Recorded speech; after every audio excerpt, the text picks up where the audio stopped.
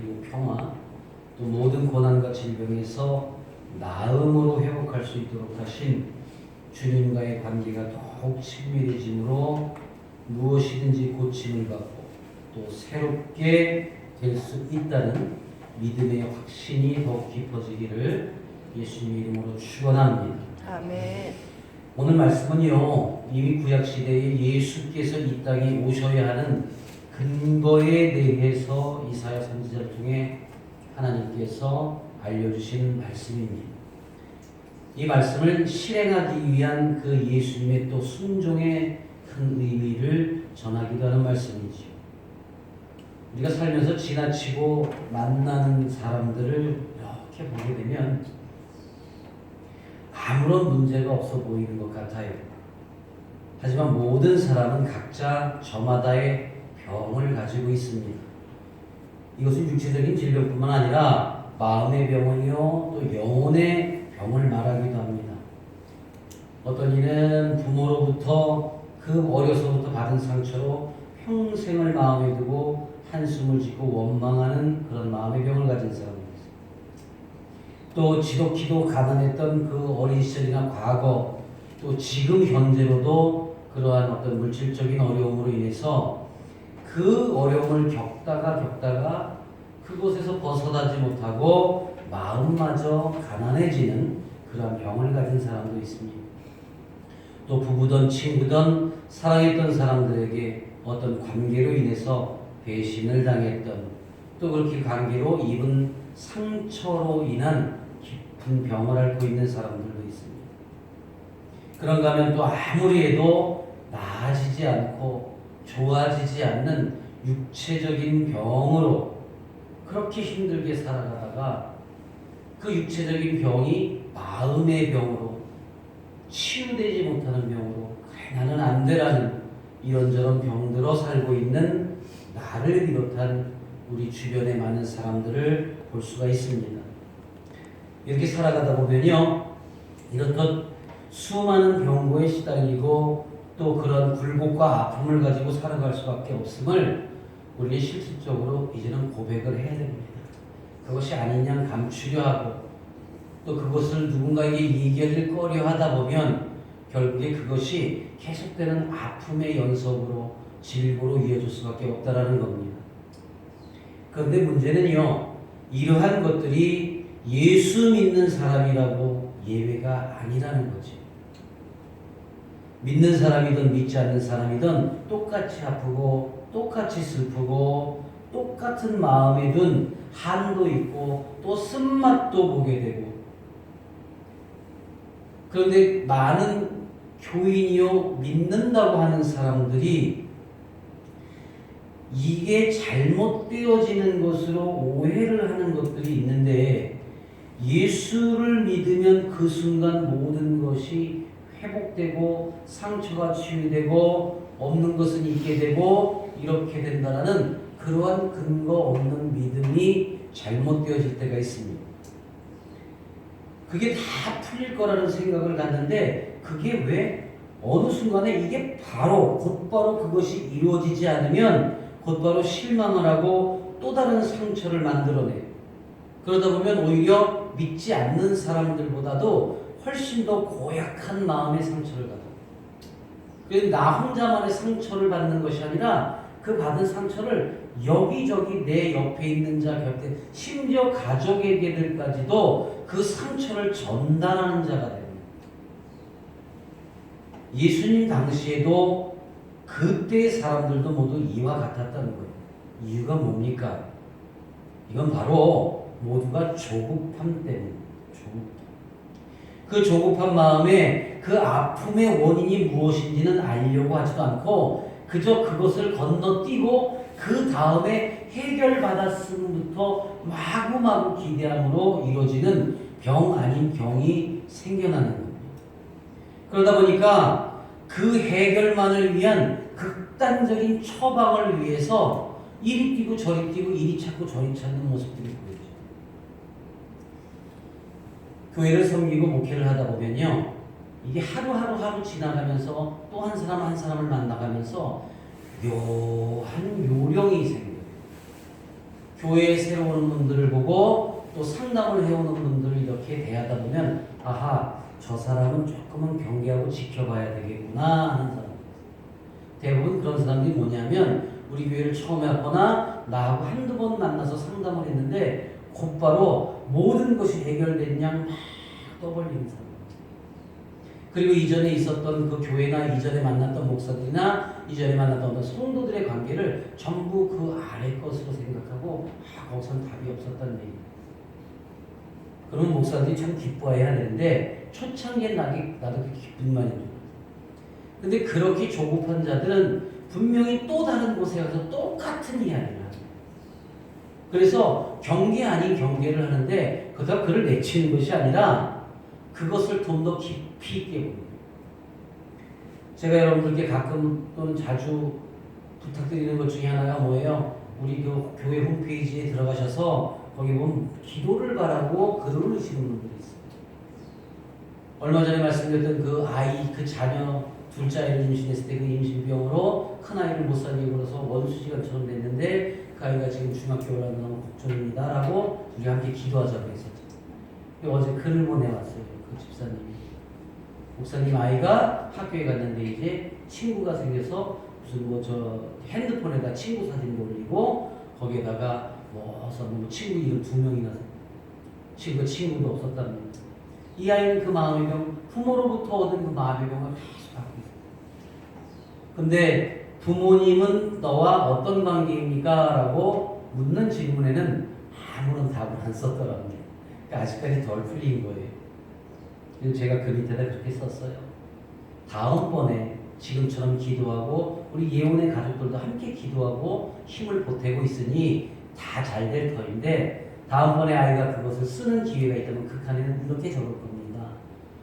엄마는 나의 가장 든든한 후원자고 나를 이해해주며 가장 내 곁에서 수다스러운 친구입니다. 이렇게 적게 만들라고 했습니다.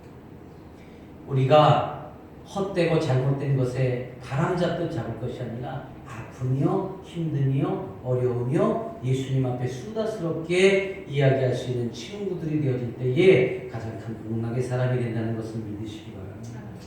우리 예수님은 그런 친구를 원하고 계세요. 하나님 오늘 뭐 있었어요? 어땠어요? 저땠어요?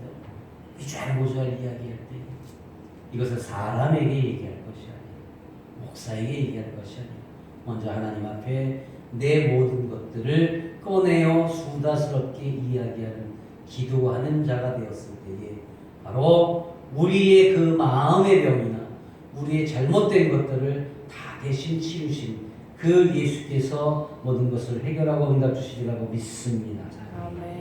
그래서요 이제 그 모든 병의 그 원인이 무엇인지를 알게 되면 처방이 되고요 치료할 수가 있는 겁니다.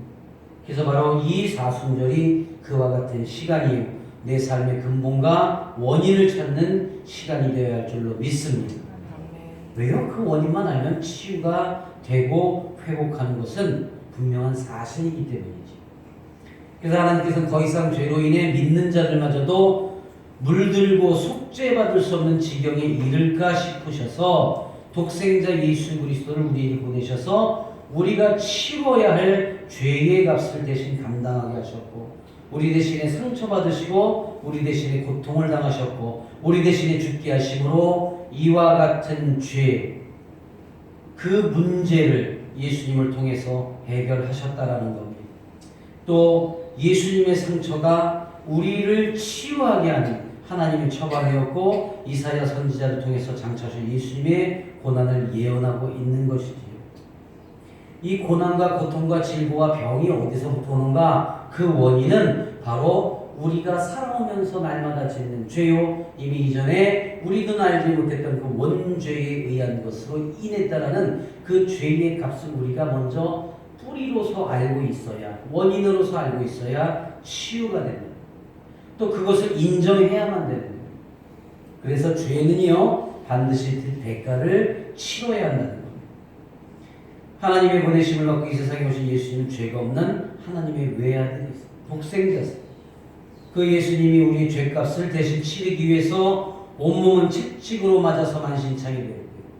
또 죄로 말미암아 병든 자들의 질고를 대신 감당케 하기 위해서 고난을 당하신 거고, 머리에는 가시멜류관을 쓰셨고 양손과 발에는 못이 박혀서 창에 찔렸고 물과 피를 다 쏟으셨어요. 그게 뭐예요? 죄에 대한 그 대가를 반드시 치러야 하기 때문입니다. 오늘 본문의 말씀을 자세히 살펴봅니다. 예수님께서 찔림은 허물 때문에, 예수님께서의 상함은 우리의 죄악 때문에, 그리고 그가 징계를 받았으므로 우리는 평화를 얻게 됩니다. 또 예수께서 채찍에 맞음으로 그 채찍에 맞는 그 고통, 그 고통과 아픔, 그것이 바로 우리가 그 마음의 병, 몸의 육체적인 병을 가지고 있었던 그 고통스러운 것들을 가지고 가심으로 나음을 입었음을 믿으시기 바랍니다. 그러니까 이 말씀을 그저 이렇게 오셨구나가 아니라 한 가지 한 가지가 1대1로 나의 죄 때문에 어떤 것 때문에 이렇게 왔고, 이것은 그저 내게 주신 은혜가 아니라 어떤 고통을 감내하신 그 죄값을 대신 치르신 예수님의 그 모습이 우리를 이렇게 살게 할 수 있고 미래에 대한 소망을 갖게 할 수 있고 그 죄값을 대신 치른 것 때문에 바로 영광된 자리에 함께 할 수 있는 자격을 주셨음을 믿으시기 바랍니다. 그래서 바로 그 은혜로 된 것을 이제는 우리가 고백을 해야 되는데, 자, 이렇게 어마어마한 것을 받았으니 갚을 게 참 너무 많네? 아니요. 그 죄값을 대신 치렀지만 이것이 값 없이 치르셨어요. 그래서 우리가 할 수 있는 것, 해야 하는 것은 오직 그 예수님의 은혜가 감사하고 또 하나님의 그 사랑이 너무도 고마워서 찬양하는 자들로 살아가라. 예수님을 찬양하라는 거예요. 위대하십니다. 감사합니다. 고맙습니다. 대단하십니다. 능력의 주여. 그래서 우리의 몸은 그리스도의 피로 산 하나님의 성전입니다라고 고백하면서 우리가 가고 있는 곳, 우리가 함께하는 곳, 우리가 말씀을 나누는 그곳마다 그리스도의 향기가 넘쳐나야 할 줄로 믿습니다. 그래서 구원받은 자는 예수님의 정신으로 살아가야 된다는 거예요. 이 세상에는 또 우리 가족 중에는 또 교회에도 짐이 되는 사람이 있고 그 짐을 져주는 사람이 있어요. 여러분, 이 집안에도 똑같은 형제 한 부모 밑에 태어났는데요, 어떤 녀석은 치리치리 그 형제자매들 속색이고 짐되는 친구, 또 어떤 사람을 보면 그 집안의 모든 걸 짊어지고 가는 짐꾼들이 있어요. 대부분 만나는 사람들은 자기가 짐이 된 사람은 하나도 없어요. 다 짐을 지고 산다고 그렇게 믿겠습니다. 그 평생을 그 짐을 져야 될 수밖에 없는 사람, 또 짐이 되는 사람. 그래서 우리는 그것을 십자가라고 표현합니다. 네, 여러분, 십자가를 지는 것은 아닌데 그걸 십자가라고 표현을 해요. 또 어른이거나 건강한 사람들, 그리고 말씀으로 성장한 사람들이 짐을 질 수 있다는 것을 확신하고 믿으시기 바랍니다.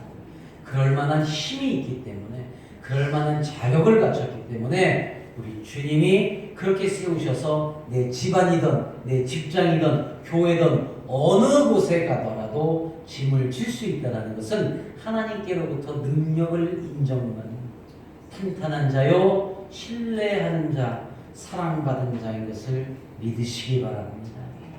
그것이 한이 될 필요가 없습니다. 교회 안에서는요, 영적으로 아직 어린 사람도 있고 남을 돌볼 수 있는 장성한 성도가 있습니다. 이것 또한 하나님의 말씀으로 중무장되어져서 어떠한 소리를 듣던, 어떠한 짐을 지던, 어떠한 곳으로 가던 그것에 큰 감사로 살아갈 수 있는 능력의 사람인 것을 믿으시기 바랍니다. 그래서 교회 안에 왔을 때에 경계 대상이 되거나 저 사람 어떻지? 오히려 이런 사람들은 말로 굉장히 적극성을 보이지만 저 정도면 참 신앙생활 잘했구나. 그것은 어떤가? 바로 행동으로 보여주는 사람. 팔 걷어붙이고요, 행동으로 보여줍니다. 집안을 형성시키고 믿음을 형성시키고 교회를 완성하며 내 주변에 있는 것들이 성장하게 만들 수 있는 그 성장에서 열매 맺을 수 있도록 걸음이 되든 호미가 되든 또는 삽이 되든 아니면 섬기는 그 모습에서 분명한 하나님의 인정을 받는 사랑받는 자가 되는 것을 믿으시기 바랍니다. 예수님은 우리 죄를 담당하는 대속의 십자가를 지셨고 또 우리 역시도 그 사역의 십자가를 함께 져야 합니다. 이 돈 벌고 건강하고 명예 얻고 지위가 높아지는 것이 지금 현실의 목적이 아니라 또 다른 누군가 구원을 위해 손길을 뻗칠 수 있도록 우리가 그 재물이든 건강이든 정신이든 믿음이든 신앙을 완성하게 해주시는 뜻이 먼저 목적이 되어야 할 줄로 믿습니다. 그래서 우리가 땅에 떨어져 죽은 미랄이 될 때 많은 열매를 맺는다고 수없이 듣고 읽고 함께했던 말들이 있지. 갈라디아서 6장 2절로 3절의 말씀을 보면 너희가 짐을 서로지라 그리하여 함께합니다. 그리스도의 법을 속으시라. 만일 누가 아무런 것도 되지 못하고 된 줄로 생각하면 스스로 속입니다. 그래서 막 말로 나는 이렇게 은혜 받았고요 뭐했고요 막 이러는 거 보면 스스로 속이고 있어요. 그게 삶으로 적용되면 되는데 그것이 아니에요. 그렇게 이야기하다가 또 돌아서면 또 조금만 실패되면 제가 재밌는 얘기 잠깐 하나 해드릴게요. 저희 앞집에 어느 교회 장로가 한 분 살아요. 또래 나보다 조금 위인 것 같은데 묘하게도 이 새벽 예배 때마다 딱 같이 마주쳐요. 저를. 그러고 이게 엘리베이터를 같이 타요. 그러니까 한 사람은 말씀 전하러 가고 있고 한 사람은 말씀 들으러 가고 있고. 근데 둘이 꼭 나갈 때마다 우리 그 아파트가 오래되다 보니까 주차장이 이렇게 라인이 적어요. 그래서 편하게 될 수 있는 자리가 딱 2개 있습니다. 창고 입구에. 그럼 꼭 내가 예배 나는 여기 뒷마무리까지 하고 내가 조금 늦게 도착하잖아요. 꼭 그 자리에다 대네. 은혜로운 말씀 전하고요. 근데 그 사람 찾았다 해서 이거 장로가 이거 가만히 생각해보면 어떤 날 내가 먼저 딱 되면 이거 목사가 이거거든. 우스갯소리지만 아무리 은혜롭고 아무리 내가 말씀으로 중정됐다 해도 순간순간 말로 떠벌려서 은혜가 없는 자들은 그 은혜를 곧 잃게 돼요. 순식간에. 하지만 먼저 행동으로 섬겨서 그 기쁨의 느낌을 가진 자는 어떤 상황이라도 요 다음에 그 기쁜 것이 내 것이다라는 확신이 있기에 달라져.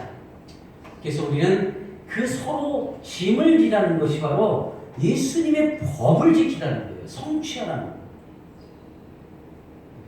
우리가 남의 필요를 채워주면 하나님은 나의 필요를 채워주되 후이되어 넘치게 해주심을 믿으시기 바랍니다. 하나님은 작은 일에 충성된 자를 칭찬하시고 더 많은 것을 맡기시고 하나님의 즐거움에 참여시켜 주신다는 거죠. 하나님의 법이 뭡니까? 그 법을 알면 돼요. 법.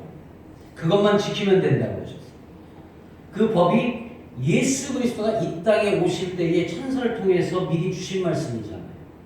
미리 앞서 우리에게 주신 누가복음 2장 14절입니다. 시작. 지극히 높은 곳에서는 하나님께 영광이요 땅에서는 하나님이 기뻐하신 사람들 중에 평화로다 아니라. 아멘. 성탄절쯤 되면 이거 막 붙어있죠? 늘 보던 글이죠? 근데 이게 그냥 표처럼 붙어있는 게 아니에요. 예수님이 이곳에 오신 우리에게 오신 법을 말씀하시는 거예요. 그 법이 뭐예요? 하나님이 기뻐하신 사람들 중에 하나님이 기뻐하신 사람들 아무나 다 평화가 있는 게 아니고요. 아무나 다 하늘에는 영광이 있는 것이 법입니다. 그래서 그 영광을 그르치면 안 되기 때문에 하늘법에 속하지 못하는 거예요. 이 땅에 있어야 되는 건 평화로 가야 돼요. 근심, 고통, 아픔, 진고, 이거 병고 이것이 없는 평화로움이 바로 이 땅에 지켜야 할 법이에요. 그런데 그 법을 지킬 수 있는 사람이 누굽니까? 하나님이 기뻐하시는. 자, 하나님이 기뻐하시는 사람은 어떤 사람이에요? 이건 내가 얘기를 안 해도 가장 잘 알아. 내 스스로가 가장 잘 알아.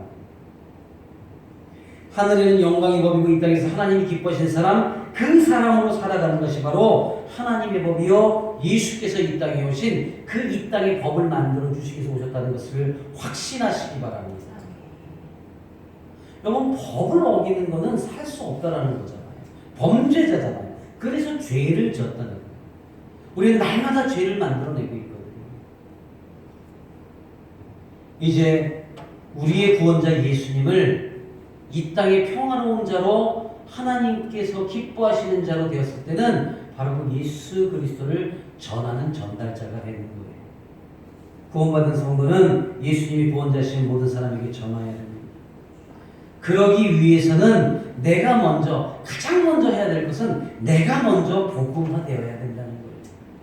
나는 복음화되지도 않고 그 예수님이 이 땅에 오신 이유도 모르고 근간도 모르고 기뻐하셔야 되는 거, 이곳에 내가 평화롭게 살아야 되는 것이 그게 법인 줄도 모르고 무조건 복음을 전해, 이것은 아니지.